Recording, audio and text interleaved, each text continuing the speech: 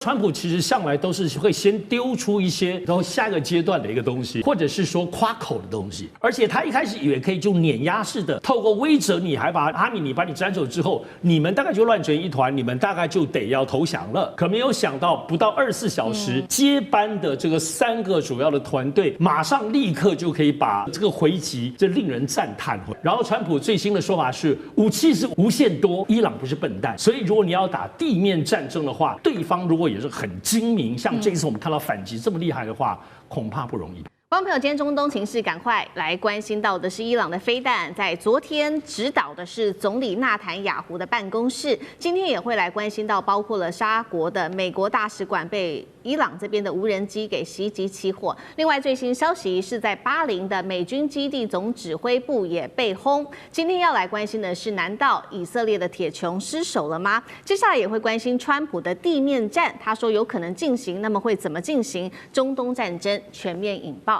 赶快来看到，这是最新消息，中东战火全面升级，而且是冲着领导人而来的。伊斯兰革命卫队发射了他的这一款海巴尔弹道飞弹，锁定的就是这个斩首攻击谁呢？以色列总理纳坦雅胡的办公室跟以色列的空军司令部。这个伊朗说这一场行动是成功的，但是已经遭到了以色列最新回应说，他们是没事的，这个讯息是一个假消息。我们来关心这一款弹道飞弹，海巴尔射程达到1450公里，是第3代的固体燃料弹道飞弹，主打的就是高超的机动与突防的能力。不过，这一次让以色列恐怕还有美国相当担心的原因，就是因为这一次伊朗的打法跟过去在去年的这个12日战争的打法开始出现不一样的变化了。伊朗这一次不再只是用所谓的这个饱和式的攻击，用无人机进行饱和式攻击，它开始转变这种分层的攻击，一共是会出动2波。我们来看一下细节。首先，伊朗会祭出它的第一波是用它的低阶的武器，像是大量的火箭弹跟无人机，先来消耗以色列的这个拦截飞弹的库存，接着第2波它才会再次出动它的高超音速飞弹来打穿实际的以色列的防空网。我们赶快透过最新的画面，也就是最近期伊朗的攻击，来看它的这2波攻击是如何进行的。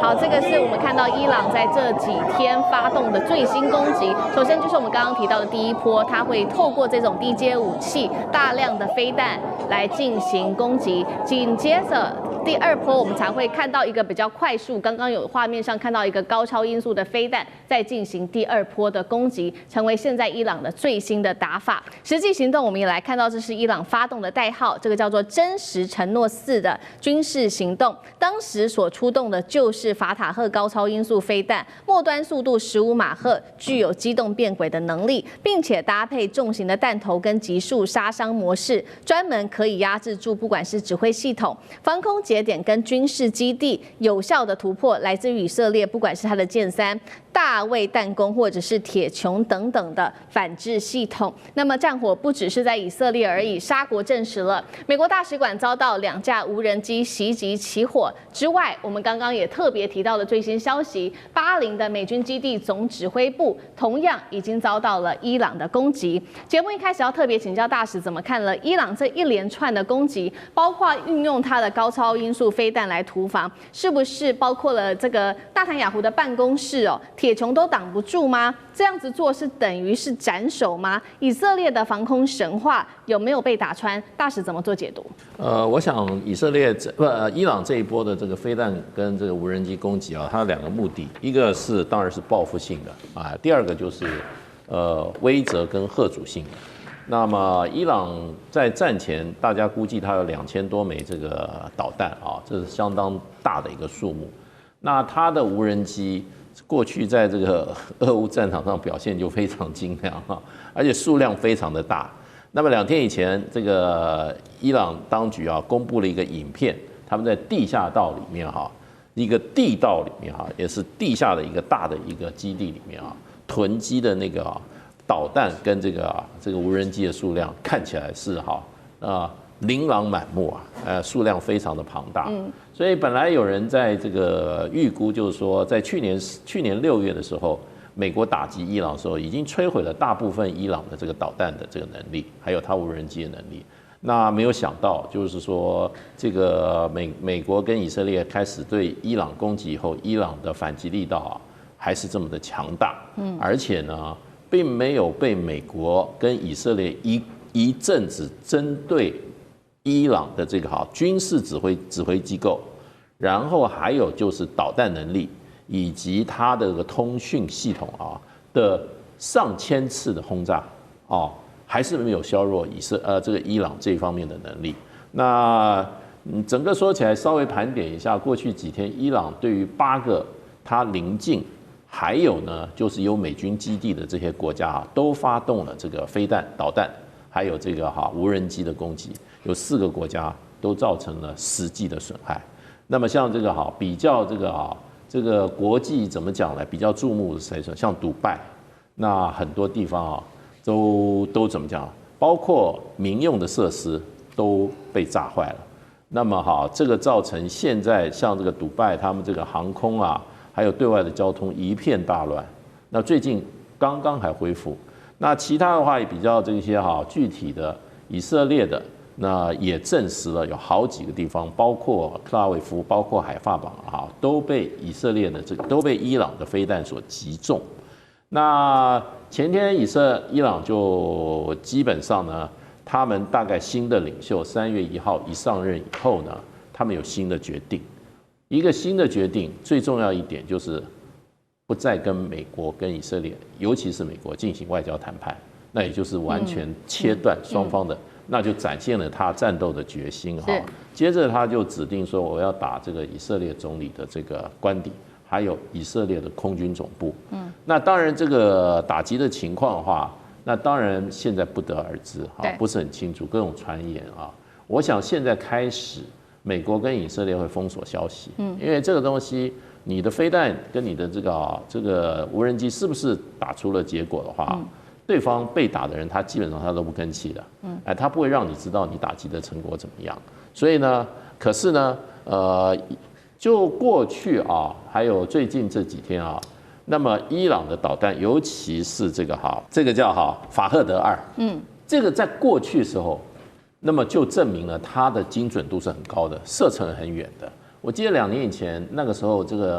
当时的话也是伊朗受到攻击以后，他用法赫德飞弹，它是超高音速地对地的，1400到1500公里射程的，打过在伊拉克的这个那时候是这个莫萨德的在伊拉克的总部。那么打得非常的精准，当时西方媒体说，哇，不但这个打得远而且呢，他打的建筑物该打的建筑物误差非常的小，所以这个对伊朗来讲，我觉得他这一波的反击他是有把握的。那当然他有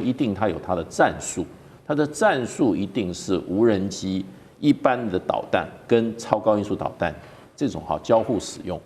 因为你无人机来的话，要看你地面的你这种防空设施你要不要打因为在网络上有一个看到了美国的这个爱国者3号连发11发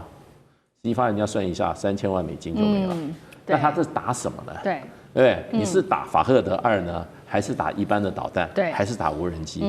所以呢，这个我觉得他基本上他是要消耗美国的这个还有这个以色列的军火的这种防空武器的军火库存。所以这场战争看起来以美国政府今天川普他说他准备打长期战，那么可见这个伊朗这一波的反击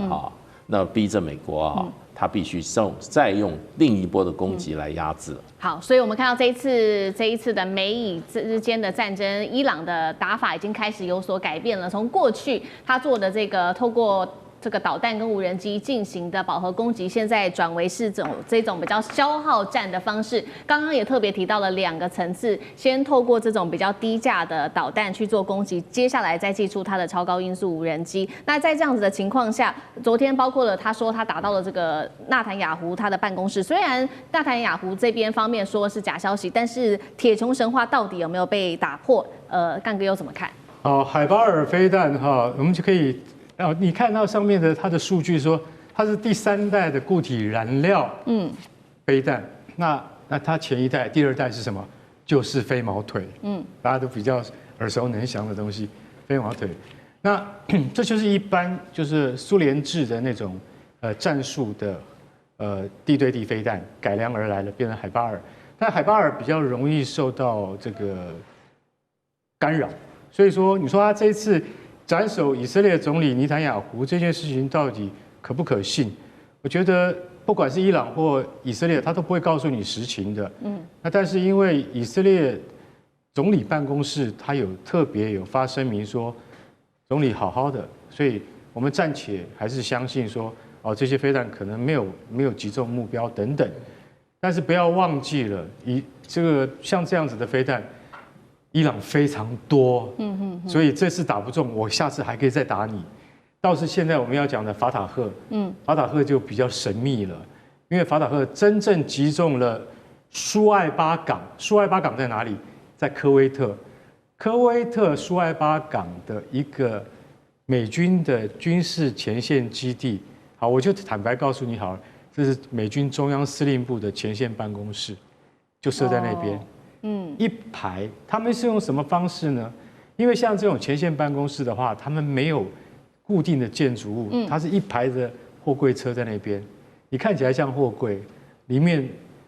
真的进去一看，你就好像是无人机的指挥基地一样，非常的，它有大型的屏幕啊，然后参谋很多，所以为什么这次法塔赫打中了那个苏艾巴港的基地的时候，美军有说3人死亡，后来更正是6人死亡，重点是18人负伤，受伤的人数现在又在攀升当中，怎么会一次有这么多人呢？一个美军基地怎么会同时有这么多人负伤或是殉职？就是因为他用的是法塔赫飞弹，法塔赫飞弹是高超音速武器，它的任务是专门对付敌人的反飞弹阵地跟系统。那所以说，它的弹头动能在1000公斤以上，它如果打下来的话是一片，它不像飞毛腿飞弹打下来是一个点，所以你会发现说，法塔赫这种飞弹怎么能够造成这么大的伤亡的原因，就是因为它是从大气层外再回来打的，所以它的动能非常强大。那当然，它的这个坐标也要很精准。一般来讲的话，美军在基地周边应该会有反飞弹系统，对不对？然而这个飞弹就是专门对付反飞弹的，而且它这次对付的是静止不动的一个公式，就是什么？就是你的办公地点，货柜车办公的货柜车，美军中央司令部的前线办公地点，所以这次才会有这么多士兵伤亡。所以大家要晓得说，美军在空袭伊朗的过程中，的确没有损害一兵一卒，但是这次被法塔赫飞弹给打中了，损伤是非常惨重的。所以这件事情对美国而言教训是很大的。我相信不会只有死伤这么多人，因为你要知道，那个办公室群至少有大概50-60名这个高级参谋以及非常精于操作无人机的士兵啊，以及前线的参谋。所以说不太可能只有这样的伤亡。是，我觉得当然美国的数据到最后会告诉大家，它不像伊朗会比较晦暗一点。对，所以我们可以继续看下去。如果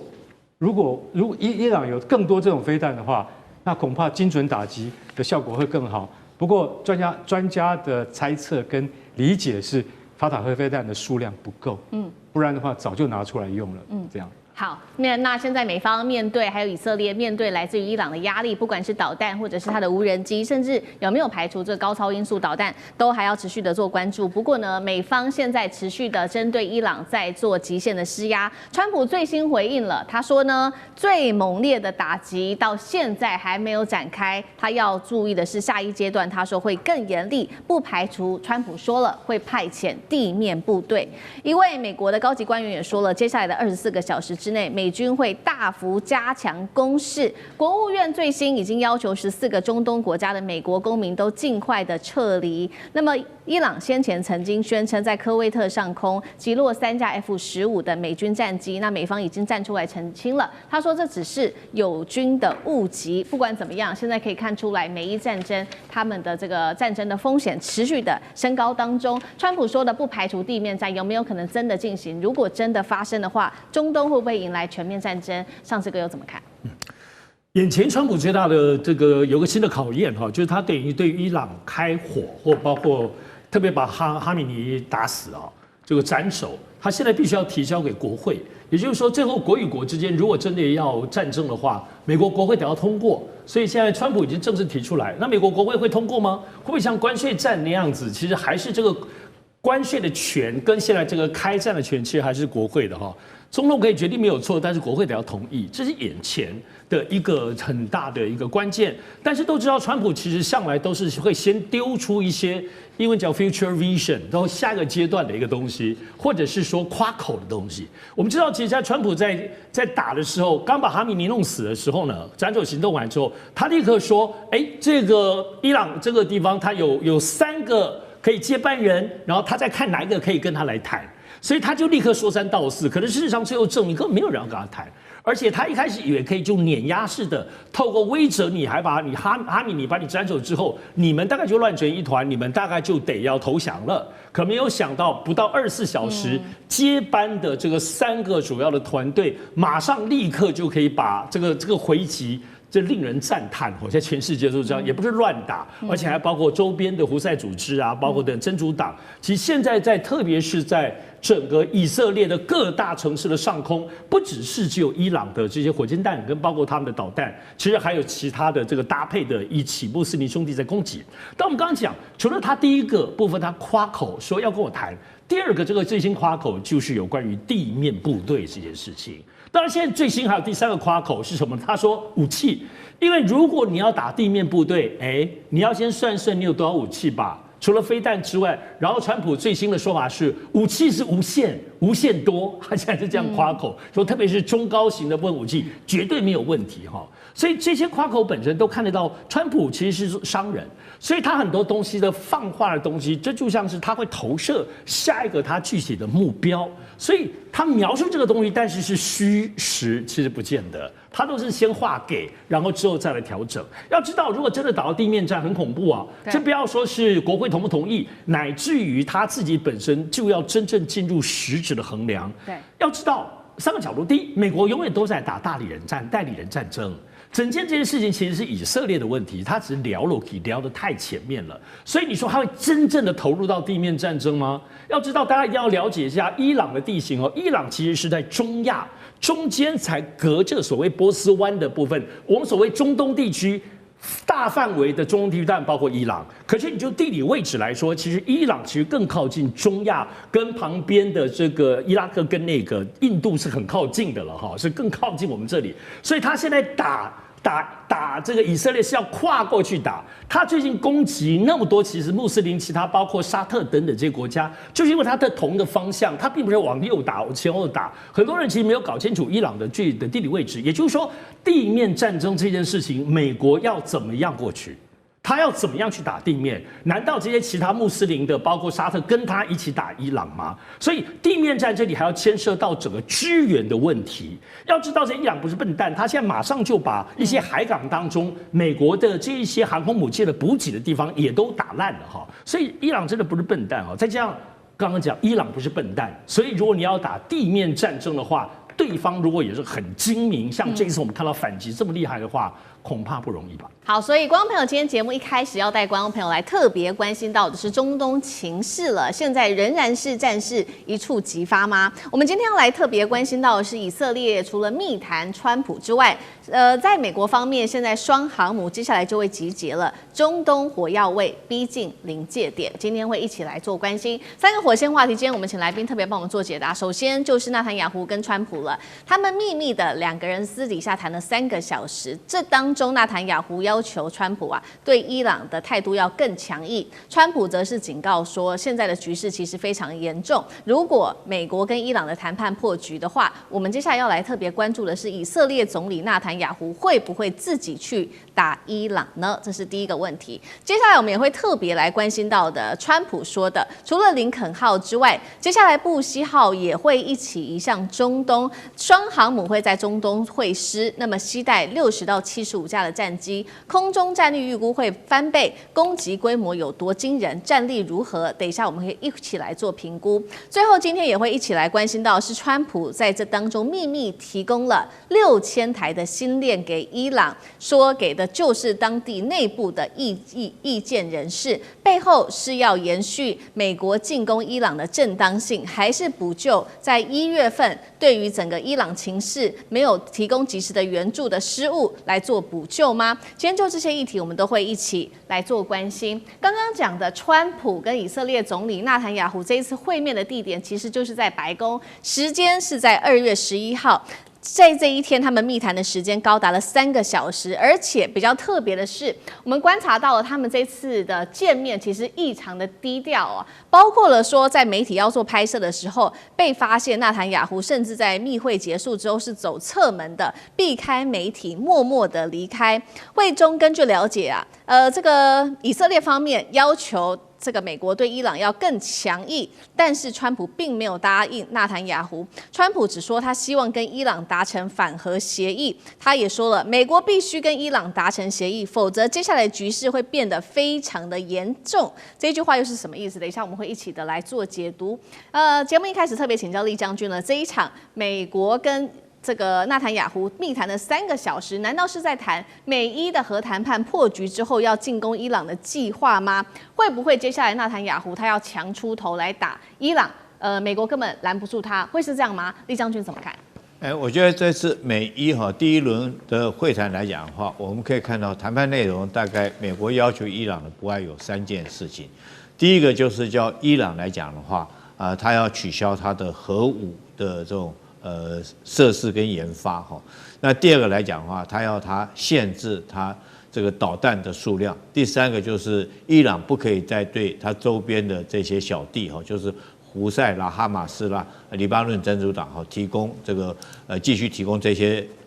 武装资源。那我们就3点来看的话，第一点，浓缩铀的部分，我觉得伊朗有答应哈。伊朗来讲说，我可以降低我的浓缩铀，他没有说取消核计划。核计划包括到这个核能发电都算核计划嘛？那只是说我的核子不会去发展核子武器，这个浓缩铀不会去发展武器，所以他说他可以降低浓缩铀。浓缩铀我们大概推估，伊朗现在浓缩铀的浓度大概60%，当然有些说法是到90%了，就是差一步之遥就可以达到这个核子武器的这种等级啊。它降低来讲的话，当然如果降到10%这些那就是纯粹只是做核能发电来使用。可是相对的，伊朗要求美国说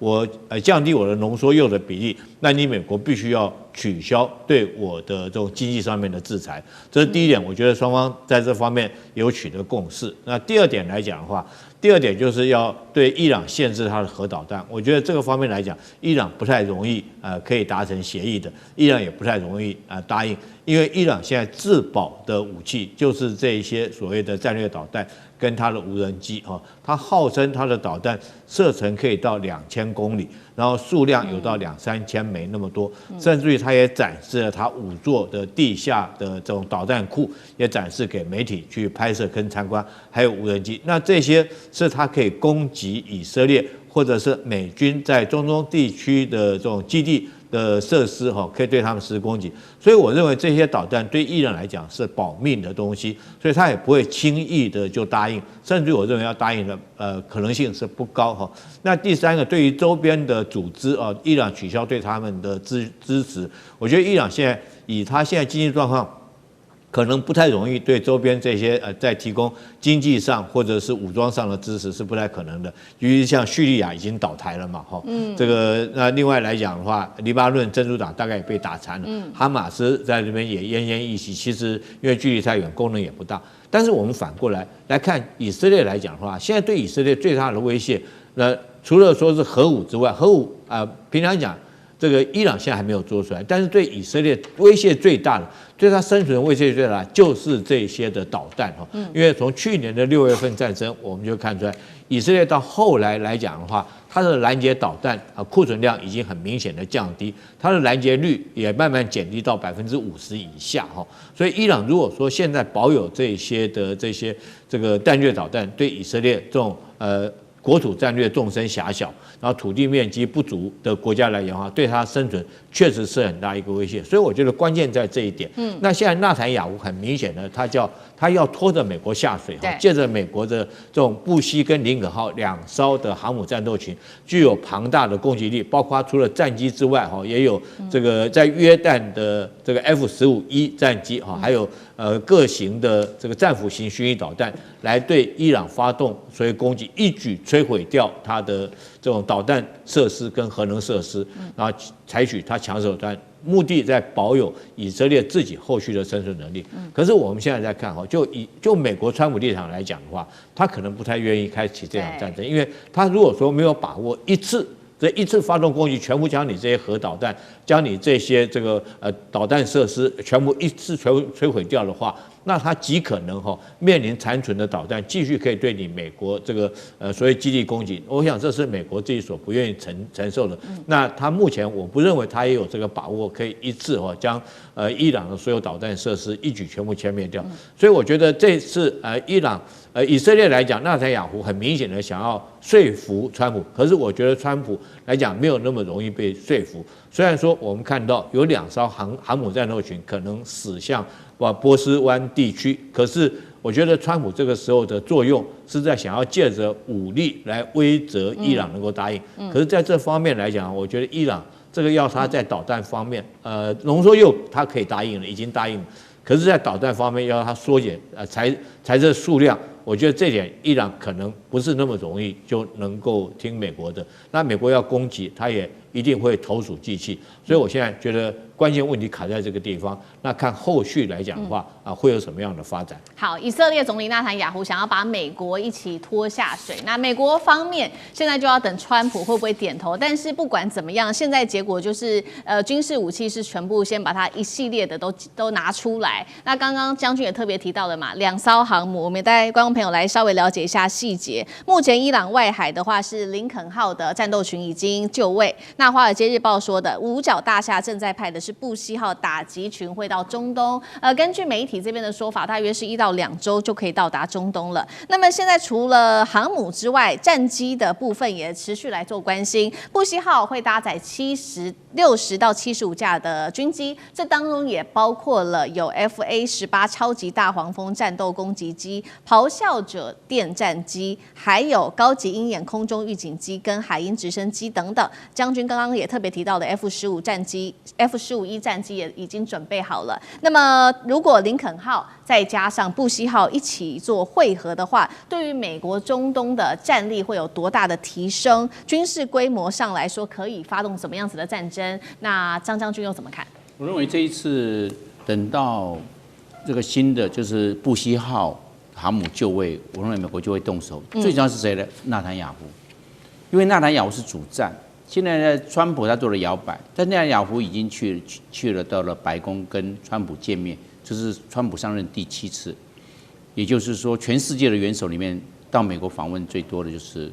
纳坦雅胡了。那这一次他主战主印，那这样的话，那个川普本来也摇摆的，有所瞻前顾后，有所顾忌。现在经过纳坦雅胡一讲之后，我认为动手箭在弦上，不得不发了。也就是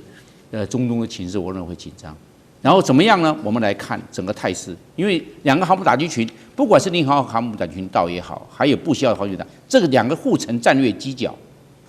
，2个互成，2个一个航母打击群在伊朗的东南方海域阿拉伯海，一个在伊朗的西南方阿拉伯海，你就变成这个伊朗要处处防备，它是有2个方向做进攻，它要换叫伊朗，它面对的4面进攻。另外一个不要忘了，在美国在中东的驻军，在安曼、在卡达、在伊拉克都有驻军，美国的驻军可以从这边这个战机可以出动。另外一个是以色列，以色列的这一股力量是不容小觑的，所以以色列也好，美国的驻军也好，再加上2艘航母打击群，总共4个方面，伊朗就要应对，伊朗是完全招架不住。这个是看得出来。那怎么来打呢？那将来呢，就是由战斧巡弋飞弹先摧毁伊朗2种重要目标，第一个它的关东系统，把它的这个伊朗打瞎，关东系统就没有雷达了，关东系统。另外一个就是伊朗的防空飞弹跟反舰飞弹，这个地对舰飞弹呢，会威胁到美国的航母打击群的军舰以及航空母舰。所以这两个先摧毁，一摧毁之后，现在美国的战机在陆地上的战机或从2艘航空母舰的战机就可以进入了。这个时候打它的一个相关的重要的军事设施目标，还有我们讲到的就是核武的提炼设施。就是我们讲到的浓缩铀的提炼厂，因为在去年2025年6月的 B2 的幽灵轰炸并没有完全摧毁，所以今年才会要实施这个任务。所以那经过这番，我认为那动武的先后次序呢，我认为还是会由美国先动，以色列在紧接着会跟着动。换句话说，这种外科手术室不进行地面作战，从空中的这种外科手术室去作战，我认为这是美国对伊朗这次动武的作战的模式。那只看是什么时候启动。我认为启动最佳的时机就是布希号到位了。那这样的护城战略机变成背靠背，你要去防备这一个，还是要防备这一个？当你防备这个出动；当你防备这个出动。所以战机还有一个中东地区的美军驻军，它的萨德系统，还有 PAC-3 的爱国者3型的防御都陆续就位前推了。空中加油机也进驻了，还从欧洲所调派出来的美国的 F-15也进驻了。那更不要说是 F-35到位。所以我们看美国目前的征兵的状况、前推部署的状况来看的话，美国已经是在箭在弦上。我认为川普受到纳坦雅胡的这种军事战略以及政治的影响是非常的高了。那本来川普的摇摆的政策可能又回到原来要动武的一种强硬的路线了，要不然他不会征兵，应该保持目前的这种状态。但是他是继续征兵，我认为他要预期奏效，而不是做我们讲到的滚动式的或者逐次的投入。川普的打法是要一次到位。谢谢将军。好，刚刚张将军也特别帮我们看到说，这个美军战力在双航母上面连结之下，接下来的战力威胁其实是对于伊朗来说是非常巨大的。我们看到美军除了这一回出动了双航母跟战机之外，另外我们也来看到，美军现在川普政府正在秘密向伊朗运送6000台的这个星链终端，要在伊朗这个政府压制它的网络之后，把这些星链的终端特别提供给当地的意见人士，让他们可以在网络中断之下可以继续保持连接。为什么美军要这么做？是不是有一些弥补的作用？因为在1月份的抗争中，其实伊朗的内部的异议人士死了非常多的人。我们也来看到一个最新统计，光是1月份伊朗全国抗议中已经有至少7000人被捕，而且是被残酷的镇压。美军这个动作，是为了什么？聂老师怎么解读？ OK， 我觉得意见人士、异议人士啊，我觉得多少跟我们讲哈，美国在制造情资的时候呢，去煽动，这绝对有关。就像川普他自己讲的非常清楚，他一直呢，这个不管是语义啊，或者行动上，一直在让这些异议人士呢，能够尽量能反对现在政府，能抗争就抗争。然后呢，也一直说我们的资源就要来到。那么非常清楚的，刚刚讲 Starlink 这6000个，其实就是一个很重要的资源。因为我一直有时候觉得很奇怪哈，那各位想想，去年6月4号哈，从这加拿大一下跑回了这个美国，然后说要做一个2个礼拜的决定的动作，2天就拿了这个 B2，就带了 GBU57，不就炸了一个这个深土炸弹，就炸了60公尺，可能没有炸到80公尺，所以没有炸到真正的这个核设施。那这个时候呢，你就发觉好像这个美国就跟这个委内瑞拉一样，那个元首绑架案一样，很容易就这个好像轻而易举的拿到他要的，对不对？可是你会发现这次不太一样，他双航母也去了，各种 F-35各种战机啊，在这个飞上也已经在连布局布阵了。发觉这次伊朗好像不是他想象着这么好的这个去敌对。那么因为这个如果真的这个直接直战下去呢，美国也会受到很大的伤害。各位可以看到，这个我们讲伊朗是很大的，那它的军事力也不算差。那即便美国当时最强，可能会把你压制，但是它绝对会受伤惨重。那当然科技力也不算差。那么当然，美国现在呢，我觉得最重要的还是要靠这个情治单位了。那我犹记得啊，当时在炸这个 GBU57之前，各位可以了解，伊朗有非常多其实是非常专业、非常资深的所谓的研究员。什么研究员？就核弹的研究员，甚至这些将领呢，都被怎么样精准瞄射暗杀了。当然有人说是以色列的莫萨德的这个情治单位，当然美国的情治单位也在里面。所以我的重点就是，美国其实它必须善用这一块。我想一路走来，美国在各个国家各个地方，只要他要打赢一个仗的时候，他不是完全用他的军事实力，军事实力可能是用威吓然后呢围堵，像这次伊朗就是，但他要动下去的时候呢，那他会伤到自己，也会很严重啊，因为对方绝对不是说好像就是一块软石头就帮你砸下去就没了，他一定会反击。所以他现在我刚讲就他现在拿着 Starlink， 我就是一个我觉得他们一个很重要的做法，为什么呢？因为他必须要透过一些方式，让这些伊人是能够收到一些讯息，能够反线的政府。因为这个伊朗也知道美国会这样做，所以之前就把这个伊人士的这个所有的网络都封锁了。所以美国必须用这个方式，才能够从后面呢再去支援他们，去推动他们去跟现在的政府呢去敌对哈。所以我觉得这个方式是蛮厉害的。当然，你说是不是弥补1月份的这个死伤？但我觉得你也可以说是啦。但是实际上呢，你说能弥补吗？也弥补不了。我重点就是美国它必须要用这种方式才有办法哈，从内部让它反起来。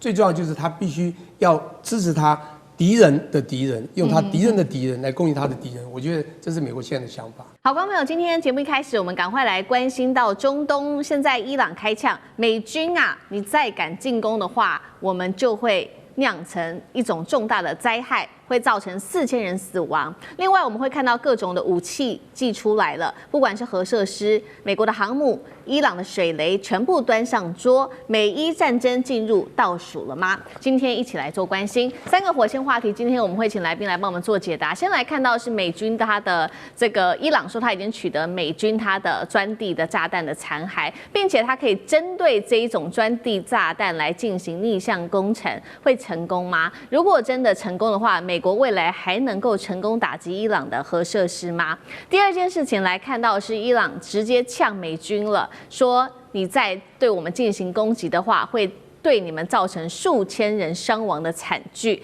另一方面，美国现在同步的正在撤侨跟部署飞弹的防御，中东进入开战倒数。最后我们来看到是美军最新祭出它的电子战机，这个是EA-37B 的电子战机，再加上伊朗现在分散它的飞弹，准备封锁荷姆兹海峡吗？双方谁会先祭出第一击？今天就有这些议题，我们会一起来做关心。这是来自于伊朗的最高领袖哈米尼，他在9日发表在全国的电视演说。哈米尼特别回顾到了当时在1979年的伊斯兰革命，而他也指控了在过去的40年来，不管是西方国家，不管是美国，始终都想要控制住伊朗。那么希望这一次伊朗人民能够展现意志，来一起挫败敌人。伊朗的国会议员更是直接呛美国，只要川普你再走错一步，美军会付出3000人到4000人的一个阵亡代价。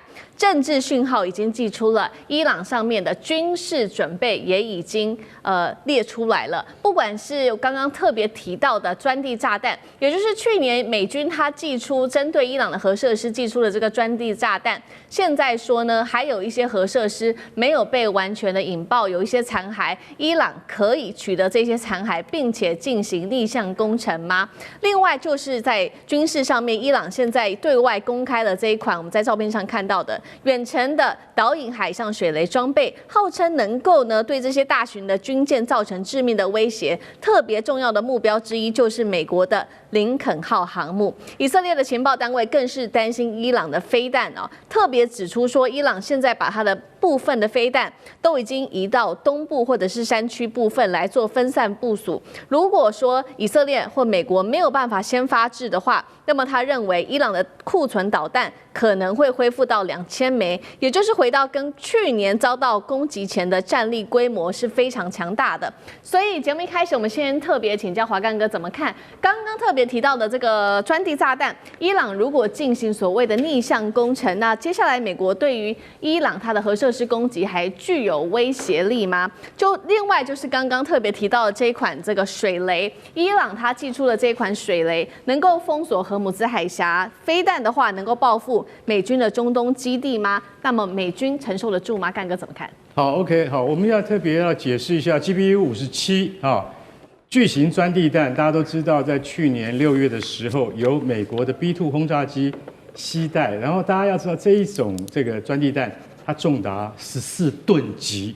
啊，14吨级是非常重的炸弹。坦白讲一句，一定要由轰炸机来携带。一般的战斗机，大家所熟知的啊，这个 F16、F15啊、F14啊等等都没有办法带，它带不动，它太大了。那这14吨级的这个炸弹呢，它光弹头就2吨，非常的重。所以说它为什么叫钻地弹？也就是它以高速的动能，还带着弹头，它冲下去的速度大约是6倍音速，然后而且它能够瓦解最厚的钢筋混凝土掩体，然后而且这次他们在不管在伊斯法罕等等这些伊朗的核设施、高速离心机运转的那些地下工厂，去直接攻击5万多台离心机，所以当时美国的卫星有传回，因为说句实在话，卫星所传回来的照片终究没有办法可以很明确的去检视地下工厂的战果是如何，都需要靠当地的什么间谍，也就是跟中情局同步的这些间谍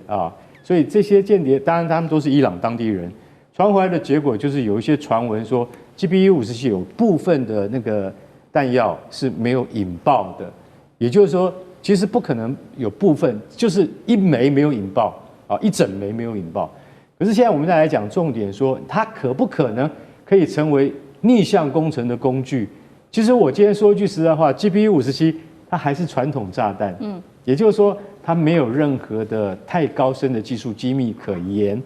就算你逆向工程回去造了一个这么大一样的炸弹，因为你知道它的绰号叫什么吗 ？GBU-57它的绰号叫做炸弹之祖，祖父的祖。然后呢，俄罗斯有最接近它的叫炸弹之父，因为这个 GBU-57发展出来之后呢，它就盖过了炸弹之父，就是盖过了俄罗斯的炸弹之父，变成了祖。为什么？因为它是炸弹之父的3倍破坏力，这么简单。所以你说在现在这个炸弹之祖有1整枚没有这个引爆，然后被逆向回去。好，我现在来问各位一个技术问题，就是说，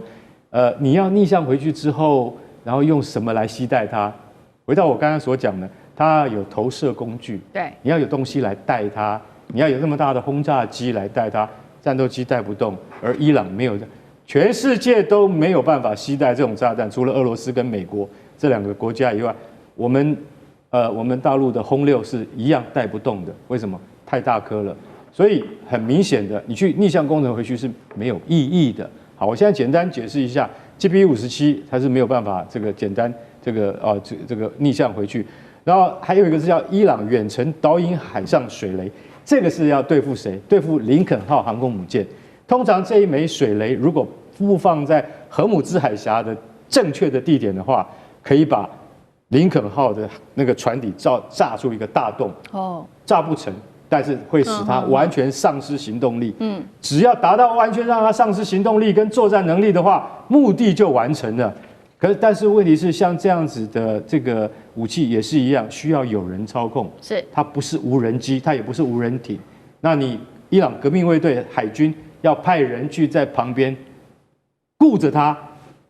导引它，它可能可以跑20公里、30公里，但是顾着它的人会先被美军消灭，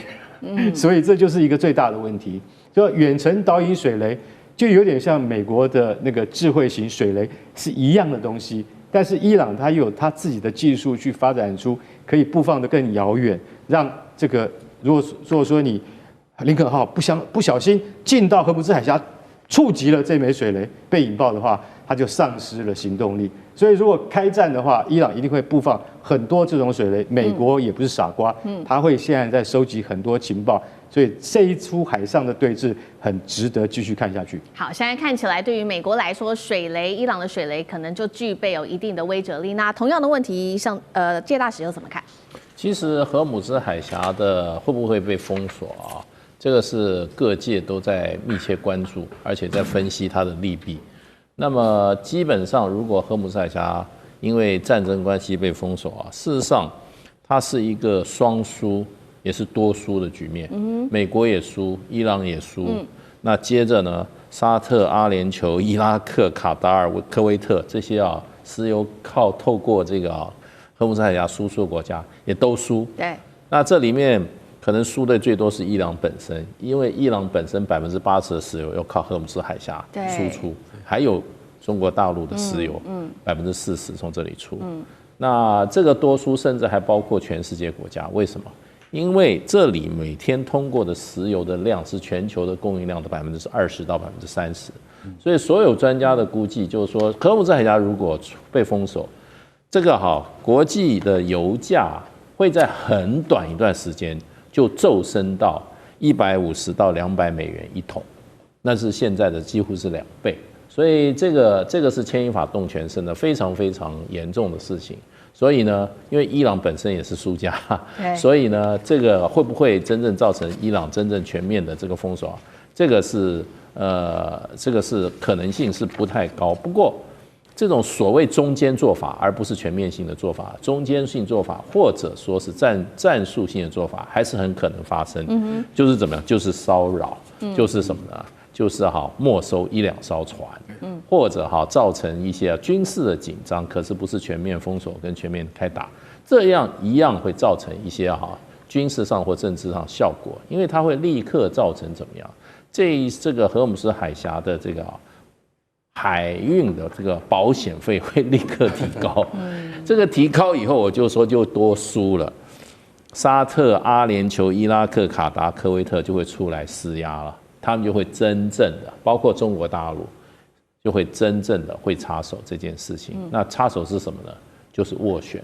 就是出来调解。那现在美国事实上对于这个伊朗，我认为在做的任何的措施，基本上是政治目标，目前高过于军事目标。军事是一个达成政治目标的手段。那政治目标是什么呢？有2个，一个就是再度造成伊朗内部的动乱。让这个反对者能够再上街头。第2个呢，就是伊朗的经济崩溃，因为这种长期的军事压力会造成2个效果。第一个，外资不太敢进去了；第2个，伊朗本国的有钱人的钱可能要往外跑。那这个对经济上来讲，已经饱受通货膨胀，这个还有货币贬值的伊朗来讲是雪上加霜。所以我认为美国基本上这个压力不会短期取消，而且还在增加。那会不会真正动武呢？那一定是美国要确保它的损失是在最少的情况下，它才会动武。那么这种就是远程精准打击。那所以远程精准打击的话，什么时候要用？可能是美国觉得政治目的没有办法达成，那就丢几颗炸弹就走人了。好。所以这一场战争看起来会打一个比较长久、一个持久的一个焦灼战。那美国目的让伊朗内部政治上面动荡，那也要压垮伊朗内部的经济。那在军事上面，同样我们刚刚讲了很多是伊朗它祭出了哪一些武器嘛？我们来看看那美军呢？美军在最新或者是欧洲国家又有哪些军事的武器来协助以色列？我们来看到美军最新也出现了它的这个 EA-37B 的战略电子战机现身在德国基地，被解读是要大规模瘫痪式作战，所以针对这个作战来预做部署。那美军在中东的20处的基地也完成了它的飞弹防御部署，包括了这个爱国者跟萨德系统。英国则是持续的向中东地区增派空中力量，包括了 F-35跟它的2架空中加油机。五角大厦1英里内的这些披萨店订单暴增250%，现在看起来战事一触即发。美国已经呼吁他的公民赶快撤离伊朗了。接下来他出动他的电子战机的话，目标到底是核设施还是要瘫痪整个伊朗的作战体系？像这个又怎么看？在这次伊朗那边出现了美国的 EA-37B 的这个电子战机，然后这个电子战机其实之所以受瞩目，而且认为指标性，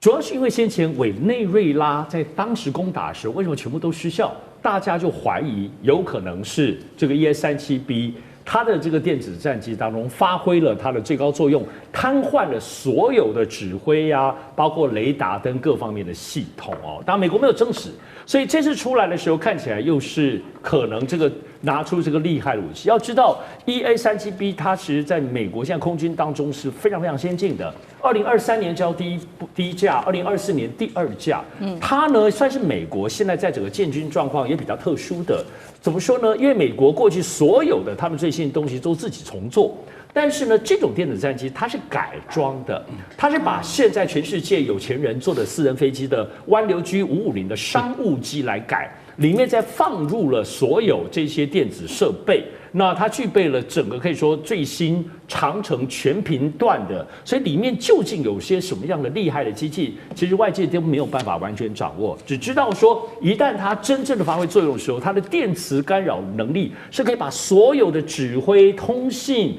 包括网络、包括雷达全部瘫痪。所以这次如果再出来的时候，是不是真的要对伊朗下狠手呢？伊朗的防空系统有没有可能因为这个电子战机最后全部都是空空荡荡，最后美军如入无人之境呢？当然，我们觉得现在看到很招出来了。但我们相信，其实美国在过去，不要说跟全世界，过去跟伊朗已经有非常多往来在军事方面的经验。可是我们最后总结来看，美军最后要达到什么目的？就是威吓你，瞄准你的核设施，乃至甚至把你的国家领导人部分都干掉，还是取决于他们最后的情报战。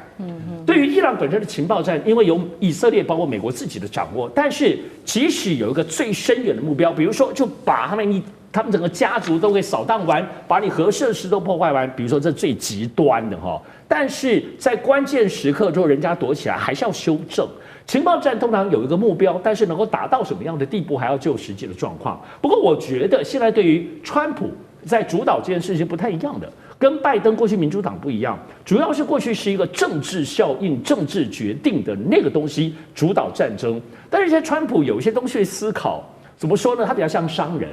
来都来了，另外的部分就是大批的美军在那边 hold 在那边要花多少钱啊？这要花很多成本的。对于川普来说，花成本就要获得什么？这个是我们现在在思考所有川普主导的国际，包括军事行动或要花钱的行动当中，大家要加一个思路。所以我认为现在跟伊朗这件事情不太可能会空手而归。其实像刚刚大家讲的，可能真的情报发现没有办法掌握最终极的情报的话，可能还要炸你2下之类的，就表达一下威吓之意。但是如果掌握更多情报，我认为川普跟来都来了，炸一炸也是很有可能的。